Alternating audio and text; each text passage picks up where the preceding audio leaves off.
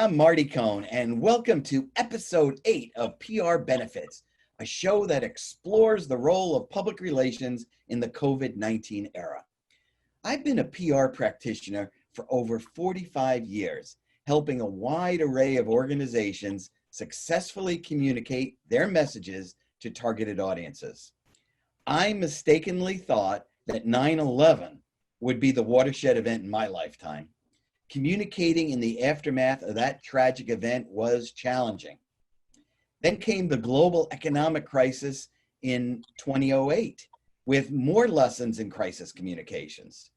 However, 12 years later, we have the coronavirus pandemic with new challenges in uncharted waters, and PR people have to respond.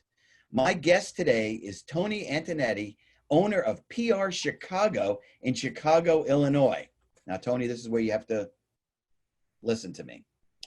Toni Antonetti started PR Chicago back in 1987 when she was 16 years old, after stints at some major Midwest PR and ad agencies and a trade magazine. Her work in consumer and business-to-business public relations, including projects and campaigns for hundreds of top U.S. corporations. Among other things, she's done case history interviews at construction sites, the behind-the-scenes media relations work for a now historic product crisis, and PR for the Chicago Marathon. When she's not thinking of clever ways to get her clients noticed, she's admiring the latest technology and figuring out how it can help to streamline operations. Here's a factoid about her. Along with Julie Dennehy, our guest from episode 1, Toni founded Curious and Clever, a website that curates and celebrates ideas they find intriguing, inspiring, or just curious and clever. Welcome, Toni. Thank you, Marty. Glad to be here. Okay. Well, so that's the highlights. That's the highlights of the career. But what I want to know is, how did you get started in public relations? Well, I went to journalism school, and I was an editorial assistant at a publication. And then I was managing editor of a magazine, and I kept on getting news releases from Burson Marsteller, which was just down the street. I was working on Michigan Avenue in Chicago at the time. And so I thought it sounded good, and I'd been working at the magazine for a couple of years, and I realized it was May and it was donut month. It was a baking magazine. And I thought, I'm tired of it already. It's 2 years, donuts again. So I called the PR agency, asked if they had any openings, and I bugged them until they gave me a job. So that's how it all started. Wow. Okay. Well, that's a good beginning. And here we are a couple of years later. So what I like to do is kind of break things down in terms of time frames. So let's talk about pre-COVID-19. Mm-hmm.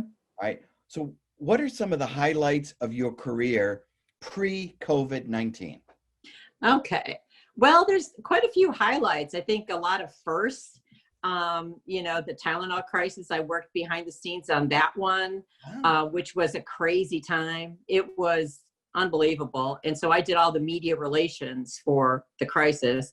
Plus I had several other people that worked with me that we were busy trying to figure out what was going on behind the scenes, talking to the client, calling the media, offering a reward. It was a really great experience, but very stressful, I might add. And then I did other things, the introduction of Diet Coke, the introduction of Equal, the introduction of disposable contact lenses, the introduction of satellite radio. So a lot of, product first. That is fantastic. Yeah, that was many, many years ago, many of them.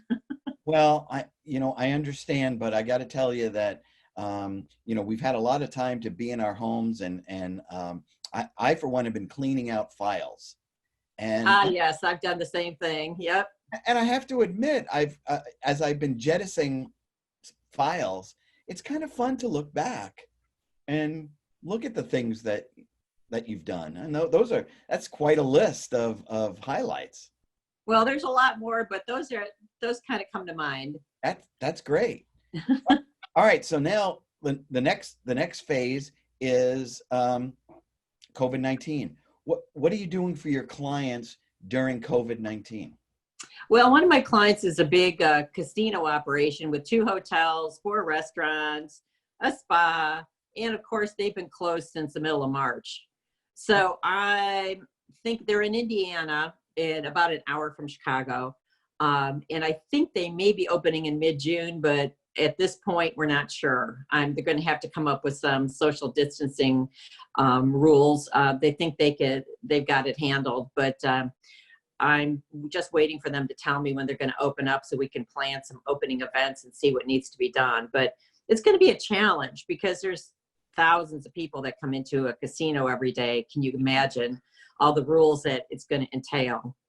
The other clients, I've been double busy with them because, well, one of them, we do COVID statements. As soon as this crisis came out, I called them and said, I think you need to do a statement. A lot of these companies are, talking about what they're doing to ensure the safety of everybody, or to ensure that the supply chain is uninterrupted. A couple of my clients are business to business kinds of industrial clients. And then some of the other ones, I do work for some of a franchise organization. And so they're concerned about, they're labeled as an essential service, but they were concerned about getting sanitizer in, masks, things like that, whether they could cut their hours a little bit because the staff they were short staffed, the staff was stressed. So, there's a lot of things that I've had to do for them. We did a survey of all the franchisees to see how they were. So I think I've been double busy with the clients that I do have. Some of the other ones are just kind of laying low until everything kind of lifts. So in terms of the media channels, you're in Chicago, although you have clients in other places. Mm-hmm. Are you finding any changes to the media channels in terms of media relationships and things like that? Well, I'm not doing any consumer media. It's all business to business. And I find the editors seem to be a little bit more responsive because I think if you're doing business to business, there's only so many COVID stories they can do. So I think they're looking for new product information. And one of my business to business clients, they're taking the time to do a lot of sales sheets, a lot of brochures. They've got some extra time to do some of the materials and do some of the backgrounding stuff. So then when everything lifts, they'll be ready to sell. Sure. So I think that's a big part of it. We've done a lot of new product news releases that the media's been pretty responsive to. So I'm happy about it. I'm not sure about the consumer end. Luckily, I haven't had to go there. Right. But I did hear from a couple of reporters that said in Indiana that said that they were looking for stories. So I think there's still some room for non-COVID stories out there because you can't totally dominate the news. There has to be some good news out there. Sure. And what about, social media? Is that, are you? I think that, I do the social business to business social media, and I find that's about 20% down. I think there's some people that have been furloughed or laid off or, filled with anxiety and don't want to go there. But, it seems to be picking up in the last couple of weeks as some of the shelter in place regulations are being lifted. I think it's starting to. It was down 20%, and then this last week, I've seen it's down like maybe 10%. So it's not as bad as it was. I think it'll come back. Great.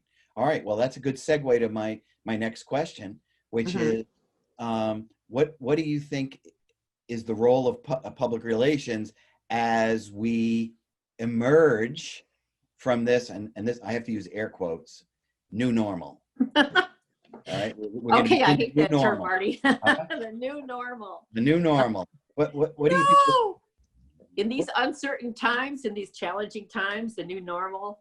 I think, I had been involved with some of my clients setting up Zoom and helping them with webinars and things like that to set these up. A lot of them have switched to webinars.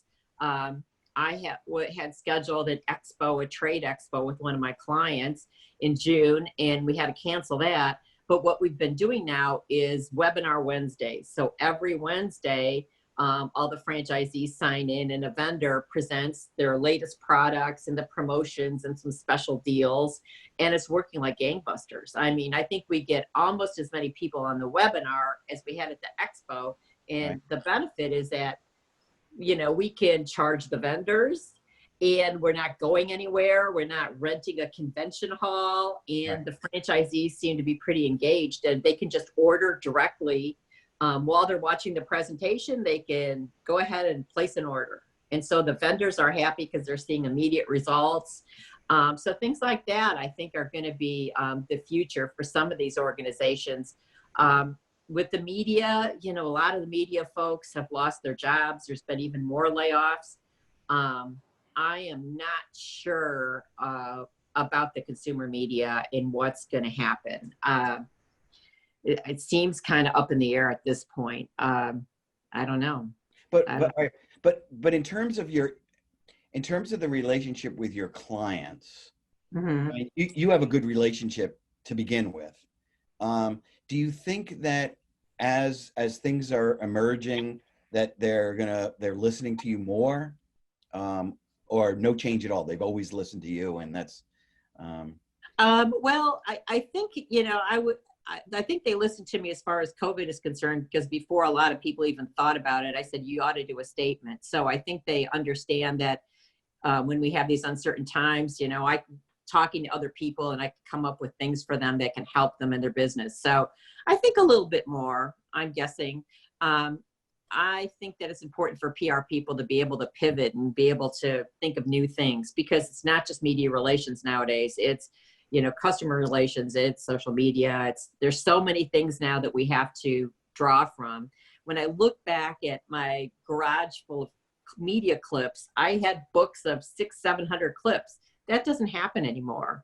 I think PR people have to see where else they can go to make an impression. Maybe we could do Zoom meetings with reporters. I haven't tried it, but it's worth a shot, because the reporters, there might be one guy that's covering 8,000 things. Right. I have to tell you, I actually have been using Zoom with interviews between my clients and the reporter. Oh, okay. It's worked out great. And with an added feature, you're able to record the interview. Mm-hmm. And what that does is, it's a safeguard, you know, you have a record of it, but it's Yep. also great for the reporter, because the reporter can then, hey, can you, what did they say? Boom. And you've got the recording. That's fantastic. You're right. That's a great idea. Because remember the old days, we used to do these desk side things where you cart the client to a, you know, TV station or a print outlet, and they sit there and chit chat about what they're doing. Reporters don't have the time for any of that stuff anymore. So you have to come up with new ideas, and special events. Now it's all Zoom special events. I don't know how long it's going to take before people start going places. Right. I don't know how long it's going to be before they feel comfortable doing a convention. You know, a lot of us, we pushed a lot of our events to September and October. Not sure how valid even that is. Right. I don't know. Yeah, no, and that's the thing. You know, I'm looking at the time frames, you know, so yes, certain events got pushed off to September. Here in Vermont, they've canceled all the parades, they've canceled all the you know, festivals and all that. And some people have their festivals in the fall, because Vermont is a place, it's a destination for fall foliage and things. Oh yeah. Are we gonna be open for that? Who knows? When do you start making a contingency plan? You know, it's you know, you have to make certain reservations if you're gonna have a venue, but and what about the flexibility of the organizations? You know, the venues. So I don't know. It's become a real you know, that I just find during this time, and I'm thinking even beyond, I've been busier, and really with a lot of brain power. I had more hair when I. Sorry. All right. Anyway, Toni Antonetti, for owner of PR Chicago in Chicago, Illinois. Thank you so much for being on PR Benefits. Thank you. It was fun. It was a All right, blast. great. I want to thank Rich Melanson at BCTV for helping to edit this show. Rachel Cohn, my art professor daughter at Ball State, who is providing some technical assistance to me, and also Twin Musicom for the music that you're going to hear at the beginning and end. Hat the Jazz, it's called, and it's wonderful, and I thank them for the use of their music. I'm Marty Cohn in Vermont. Stay healthy.